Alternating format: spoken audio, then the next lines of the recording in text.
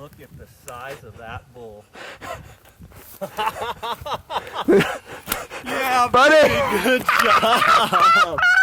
This thing is a toad. Look at this bull.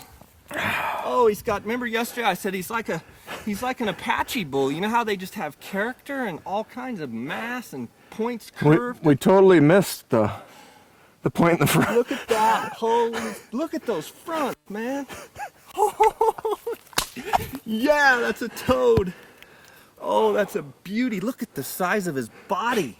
He's a horse. Holy mackerel. A giant.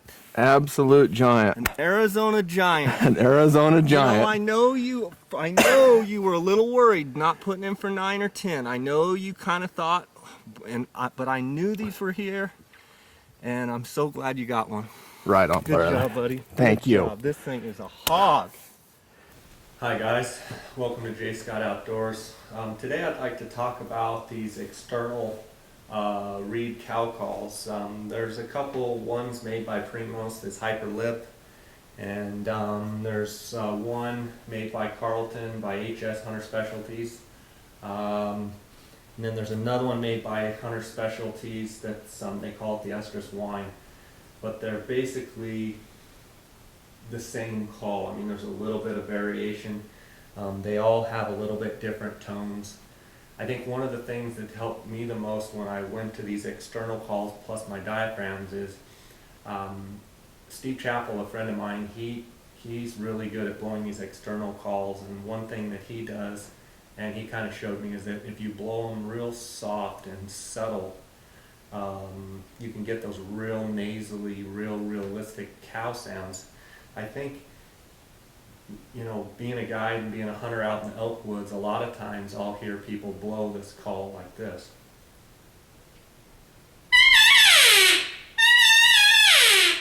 Real loud and real abrasive, and a lot of times I've been in close on elk and I heard another hunter just, you know, lighten up with this call.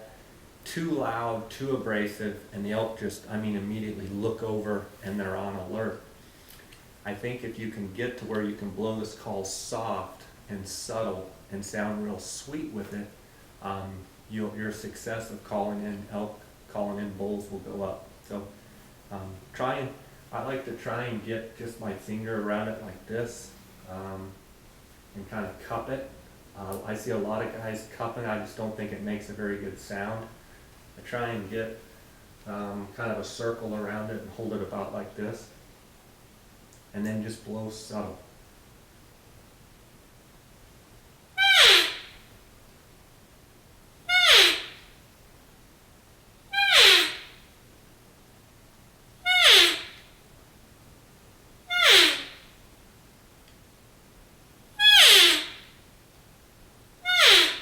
It's just that subtle, real sweet sound, as opposed to that loud and real abrasive call.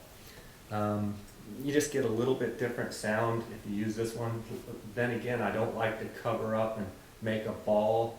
I like to kind of, you know, hold my hand like that. That's just how I do it.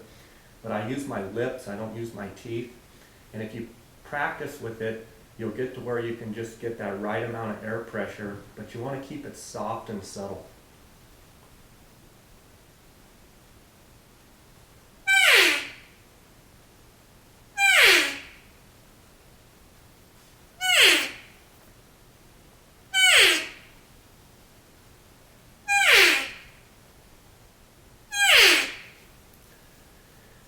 And then if you get this one, pretty much the same thing. You can get real loud and abrasive on this call, but you just want to do those soft, kind of subtle, nasally cow calls.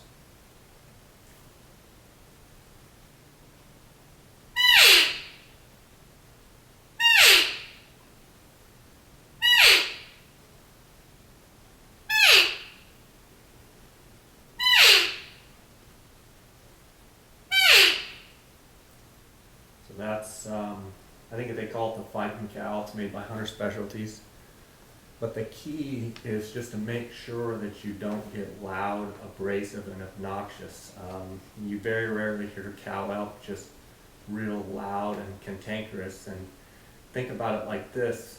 You know, if you were off, you know, chasing girls or what have you, and one was just real obnoxious and loud, you probably wouldn't be drawn to that. But the sweet, soft sound, I see when I'm around elk, I see those cows that the sweet sound, those bulls really light up to it.